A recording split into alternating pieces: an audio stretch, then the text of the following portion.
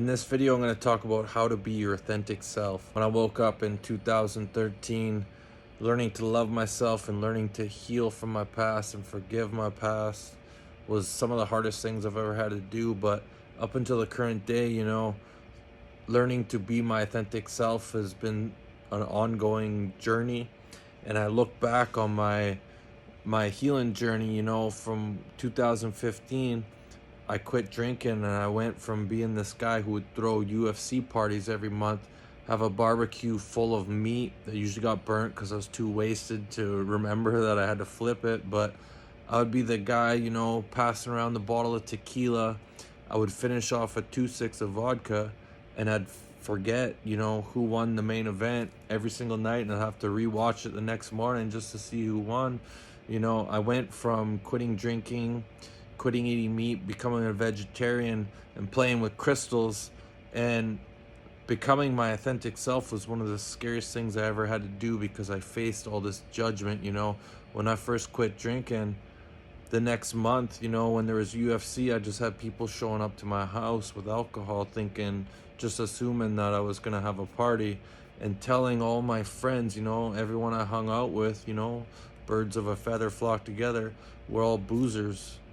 And so I was embarrassed to tell everyone that I quit drinking. When I eventually became vegetarian, I was afraid of what everyone would think. And then I found myself making steel tree sculptures and playing with crystals, and I was like, man, I was terrified of my old circle of friends finding out that, I went from being a boozer and a partier and a gambler and all this to now was a non-drinker vegetarian playing with crystals.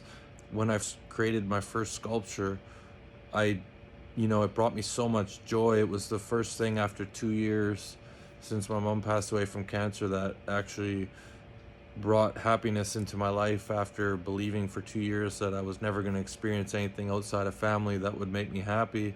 And that's why I called it the Miracle Tree Collection. But for 2 years, I was afraid of posting my biggest passion on social media in fear of what others would say about it. And what I've come to learn is, if you want to be your authentic self, you have to learn to love yourself in a way that the opinions of other people don't affect you, whether they're positive or negative. I mean, we're human. It's nice to, I'm not gonna lie, it's nice to have positive feedback. I get it all the time on my social media or whatever. I try not to let it, get to my head, but it's the same thing with negative comments. It's like, I've been there, and if people want to reach out and say negative things, then I know the state that they have going on with internally, and I don't take things too personally anymore.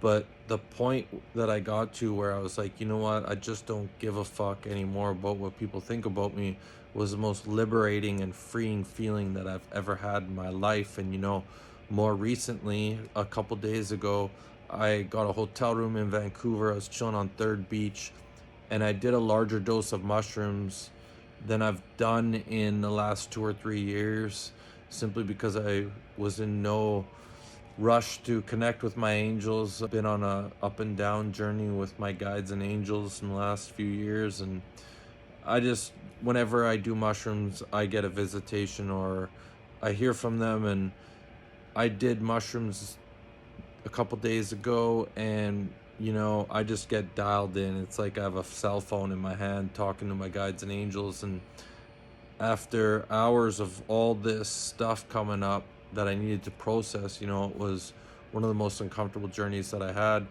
I found myself in the parking lot of my hotel, and I was just like, you know what, I give up.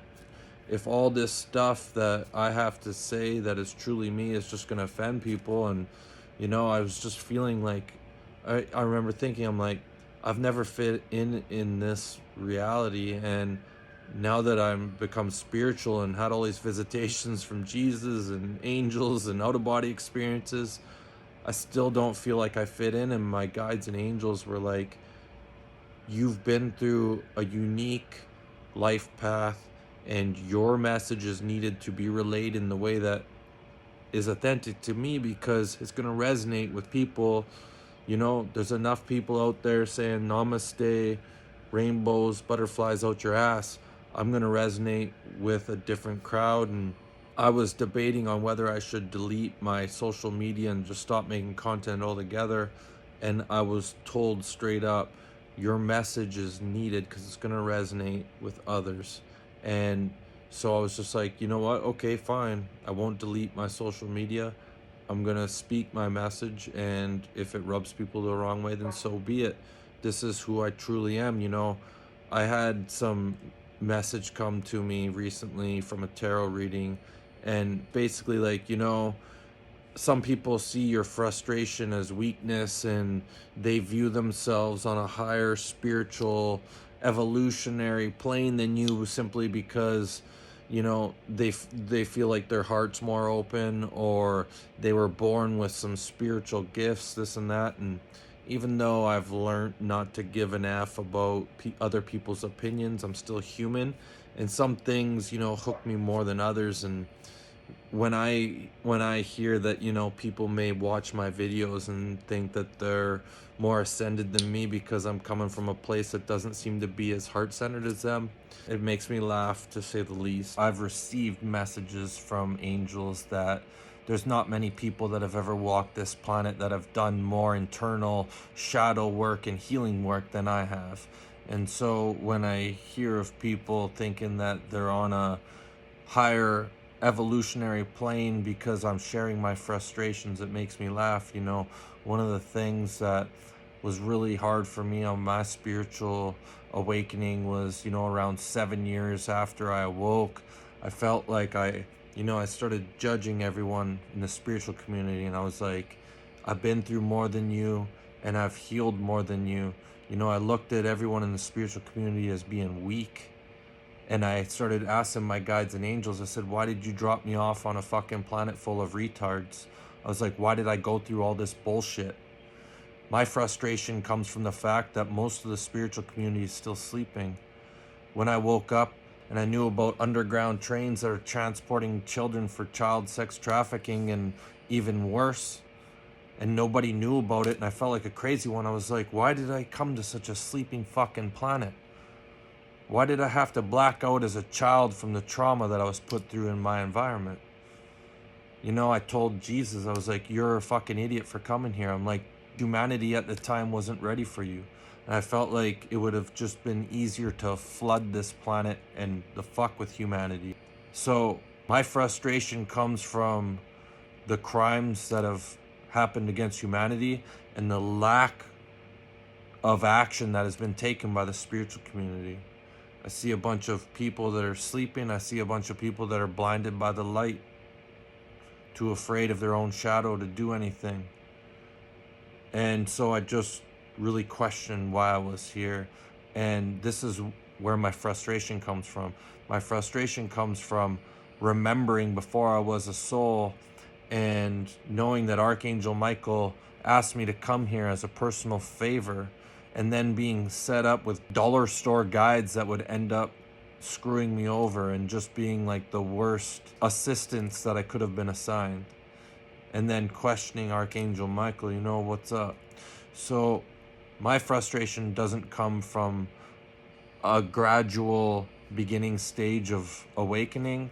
No, it's more advanced, and, you know, my information may rub people the wrong way, but I am here to spread love.